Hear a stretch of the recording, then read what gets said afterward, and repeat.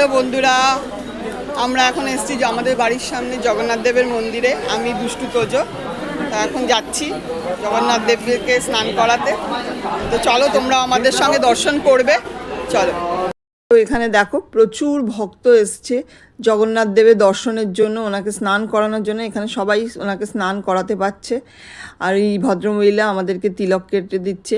আর এই দেখো গরুস্তম্ভ, ঢোকার মুখেই উনি রয়েছেন। আর এই দেখো তোজো জগন্নাথ দেবকে স্নান করাচ্ছে। প্রথমে বলভদ্রকে করালো, তারপরে মা সুভদ্রাকে, তারপরে জগন্নাথ দেবকে। এটাই কিন্তু নিয়ম, জানো তো। তারপরে আমিও জগন্নাথ দেবকে স্নান করালাম, দুষ্টু করালো, ওর পাপা করালো। তো সত্যি আজকের দিনটা খুব ভালো কাটলো আমাদের। আমি পুরীতে যেতে পারি না, সবাই তো পুরীতে যেতে পারে না, কিন্তু প্রভুকে তুমি যেখানেই ডাকবে সেখানেই প্রভু আছে। সে পুরীতেই হোক আর যেখানেই হোক, মন দিয়ে ডাকলে উনি সব জায়গাতেই আছেন।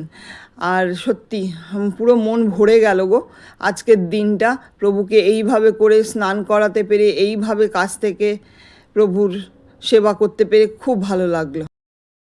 প্রভুর কাছে প্রার্থনা করি সবাই যেন খুব ভালো থাকো, সুস্থ থাকো, সবার মনের ইচ্ছা প্রভু পূর্ণ করুক, সবার ভালো থাকুক। তো আজকের জন্য এই পর্যন্ত। সবার স্নানযাত্রা খুব ভালো কাটুক। তো জয় জগন্নাথ, খুব ভালো থেকো।